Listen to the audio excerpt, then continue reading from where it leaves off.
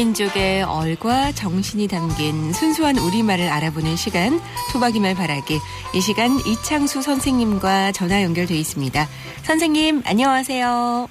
네, 반갑습니다. 토박이말 바라기 이창수입니다. 네, 선생님, 우리 지역 날씨도 이제 많이 쌀쌀해졌는데 선생님 지난 한 주는 또 어떻게 지내셨는지요?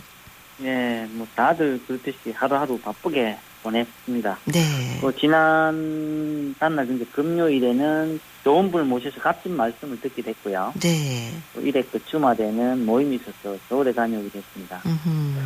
서울이 제가 가는 곳보다는 또 추울 것 같아서 옷을 좀 단단히 챙겨서 가는데 네. 날이 풀리는 바람에 땀이 나서 뭐 옷을 들고 다니고 그랬습니다.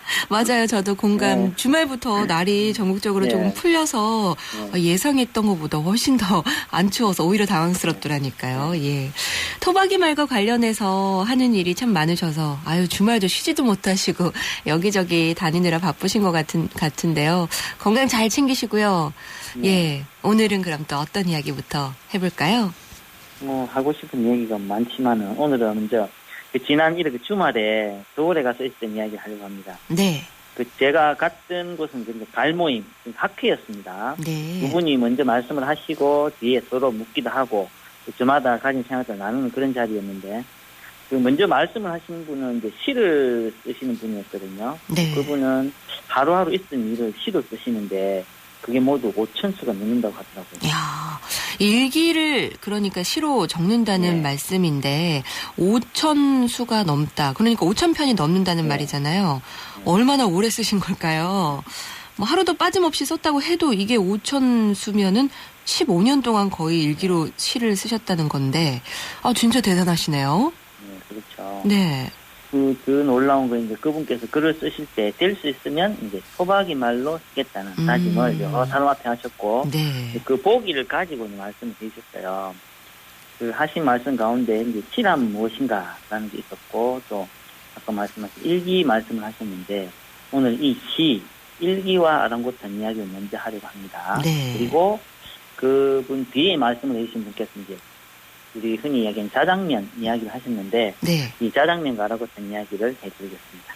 시, 일기, 자장면 하면 뭐 우리가 자주 흔히 쓰는 말들인데 이 말과 관련된 어떤 이야기 해주실런지 궁금하네요. 네, 먼저 시 이야기를 해보겠습니다. 시란 무엇인가? 라고 물으면 여러분들은 어떻게 말하실까 궁금한데 아이들한테 물으면요. 시가 시죠. 이렇게 이야기합니다. 현답이네요. 아이고, 예. 예. 시가 뭐라고 한마디로 말을 하는 사람인데 드문 게 참일이거든요. 흔히 문학 개론이나 책이나 또 사전에는 뭐 인간의 사상과 감정을 운율이 있는 함축적인 언어로 표현한 문학의 한 갈래라고 끝내긴 하고 있거든요. 네. 근데 이걸 이제 이런 말로 시를 이제 제대로 알기는 쉽지 않아요. 그럼 선생님은 아이들한테 이 시를 뭐라고 이야기를 해주시나요? 예. 저는 이제 아이들한테 이 시는 가락글이라고 이렇게 풀을 했습니다. 흔히 시와 맞서는 글, 산문은 그 느낌대로 생각대로 줄줄 쓰기 때문에 이제 줄글이라고 해요. 네. 근데 이런 줄글과 달리 시는 한마디로 앞서 말씀드린 이제 끝내기에 나온 운율이 느껴지는 이런 글이거든요. 네. 이 운율과 가장 비슷한 토박이 말이 바로 가락이 있습니다. 가락. 그래서 이 운율이 있는 글인 시는 가락이 있는 글, 곧 가락글이라고 풀이를 할 수 있는 거죠. 네. 아이들한테 이제 이렇게 풀을 해주고 난 뒤에 시란 무엇인가? 라고 물으면 애들은 바로 가락글이라고 답을 해요. 네. 이제 시라고 했을 때는 좀 흐릿했던 뜻이 이제 가락글이라고 하면 더욱 또렷해진다고 할 수 있겠습니다. 네. 시란 무엇인가? 라는 질문을 받는다면 뭐 얼른 답하기가 쉽지 않을 것 같은데 시는 가락이 있는 글이라고 하니까 가락글이라는 말씀을 듣고 보니 참 쉽게 또 느껴지네요. 예. 앞으로도 가락글이란 말 쉽게 많이 접하고 또 써볼 수 있을 것 같아요. 예.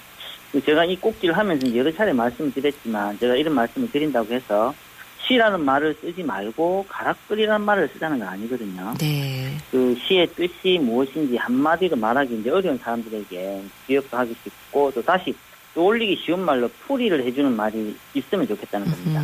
네. 이제 이런 가락글보다 더 나은 말, 더 알맞은 말이 있다면 그 말을 쓰면 된다고 생각합니다. 네. 가락에 있는 글, 이거 참 시와 적절한 말인 것 같다는 생각이 들어요. 맞아요. 더 알기 쉬운 말이 있으면 그 말을 쓰면 되는 거죠. 예. 이어서 일기 이야기도 들어볼게요. 예, 우리가 이제 지나온 일들을 해요. 횟수에 따라서 적는 것을 해적이라고 하거든요. 아, 네. 예. 비슷한 뜻을 가진 연보라는 말을 쓰기도 합니다. 네. 근데 지나온 일을 이제 횟수의 차례에 따라 적는 것을 해적이라고 한다면, 우리가 하루 동안 있었던 일을 날마다 적는 일기는 날적이라고 할 수 있다고. 날적이, 네. 예. 그래서 적지 않은 사람들이 사실 일기라는 말을 가름해가지고 날적이라는 말을 쓰고는 있거든요. 네. 근데 아직 우리 말집인 사전에는 오르지 못해서 아쉽기도 합니다. 네.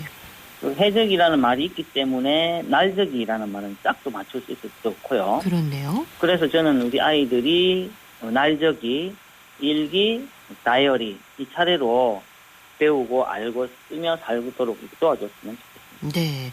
횟수에 따라 적으면 해적이, 날마다 적으면 날적이, 짝이 잘 맞네요. 쉬우면서도 아주 바로 뜻까지 알 수 있는 말, 날적이, 이거 괜찮은 것 같습니다.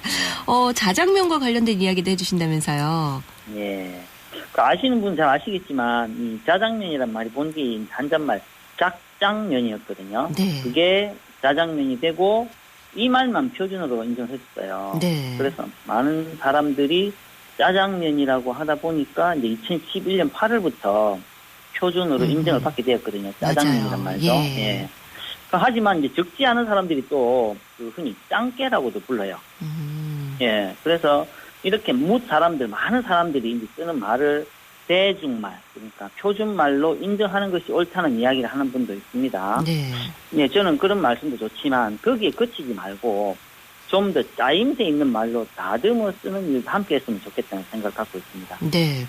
그러면 짜장면은 어떻게 다듬어 볼 수 있을까요? 예, 우리가 우동을 가락국수라고 이렇게 다듬었어요. 네.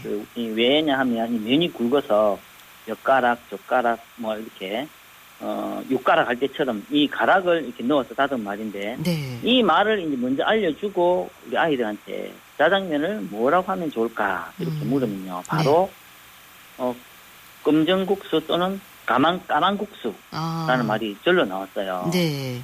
이제 거기에 거치지 않고 라면은 꼬불꼬불하니까 꼬불한 국수, 꼬불국수 하면 좋겠다고 하거든요. 네. 아이들한테 이제 있는 말을 그대로 배우고 익혀 쓰도록 하는 일도 우리가 해야 되겠지만, 이렇게 말을 한번 만들어보게 하는 게 우리 말을 더 넉넉하게 하면서도 아이들이 새로운 생각을 할 수 있도록 돕는 거라고 생각합니다. 네. 그리고 좀 더 나아가면 우리가 과연, 참말로라는 뜻을 가지고 있는 토박이말, 짜장이라는 말이 있거든요. 네. 근데 이런 것까지 알려주고 앞으로 어떤 말을 쓰고 살면 좋을지 한번 생각해보게 한다면 우리보다는 좀 더 나은 말들살이를 할 수 있지 않을까 생각합니다. 네, 오늘은 일상생활에서 자주 쓰는 시, 일기, 자장면을 대신할 수 있는 말, 가락글, 날저기, 까만국수에 대해서 함께 이야기 나눠봤습니다. 까만국수 먹고 싶었어요, 선생님. 오늘 말씀 잘 들었습니다. 고맙습니다. 네, 고맙습니다. 네, 지금까지 토박이말 바라기 이창수 선생님과 함께했습니다. 박강수 노래 듣고 올게요. 꽃이 바람에게 전하는 말.